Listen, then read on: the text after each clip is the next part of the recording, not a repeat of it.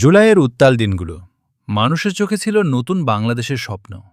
কিন্তু সেই স্বপ্ন কি বাস্তবে রূপ নিয়েছে, নাকি আমরা সেই পুরনো বৃত্তেই আটকে পড়েছি?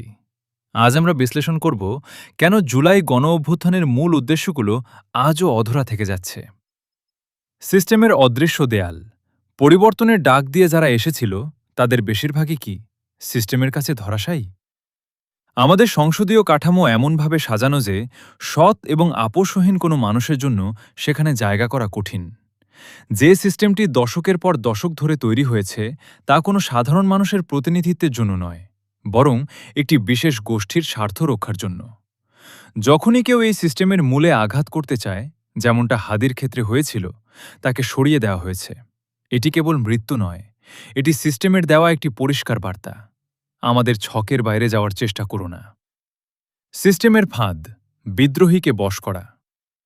গণ আন্দোলনের নেতৃত্ব দেওয়া অনেকেই আজ ক্ষমতার অলিন্দে, কিন্তু তাদেরকে সেখানে কাজ করতে দেওয়া হচ্ছে। একজন নেতা যখন সংসদে যান তখন তাকে সংসদীয় আদব কায়দা এবং স্থানীয় উন্নয়নমূলক কাজের জালে আটকে ফেলা হয়। টেন্ডার, রাস্তাঘাট আর এলাকার ছোটখাটো ইস্যুতে ব্যস্ত রেখে জাতীয় ইস্যু থেকে তাদের মনোযোগ সরিয়ে নেওয়া হচ্ছে।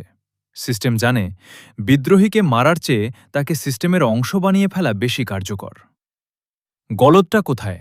অনেকেই বলেন নির্বাচন কমিশনই সব সমস্যার মূলে। কিন্তু কমিশন বদলালেও কি লাভ হবে?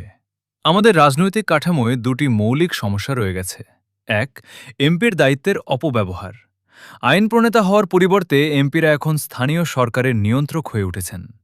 উপজেলা চেয়ারম্যানের পাশে এমপির অফিস স্থাপনের মাধ্যমে ক্ষমতার সরাসরি দ্বন্দ্ব তৈরি করা হচ্ছে। দুই, নির্বাচনের বাণিজ্যিকীকরণ।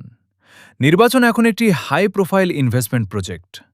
অদৃশ্য স্পন্সরদের টাকা এটে নির্বাচন হয়, আর জেতার পর সেই ঋণের টাকা তুলতে দুর্নীতি অনিবার্য হয়ে পড়ে। জুলাইয়ের গণ অভ্যুত্থান আমাদের সুযোগ দিয়েছিল এই ডিপ স্টেট বা অদৃশ্য রাষ্ট্রযন্ত্রকে ভেঙে ফেলার।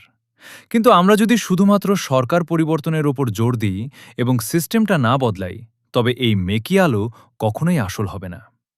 আপনারা কি মনে করেন, সিস্টেম বদলানোর আগে কি সরকার বদলানো অর্থহীন?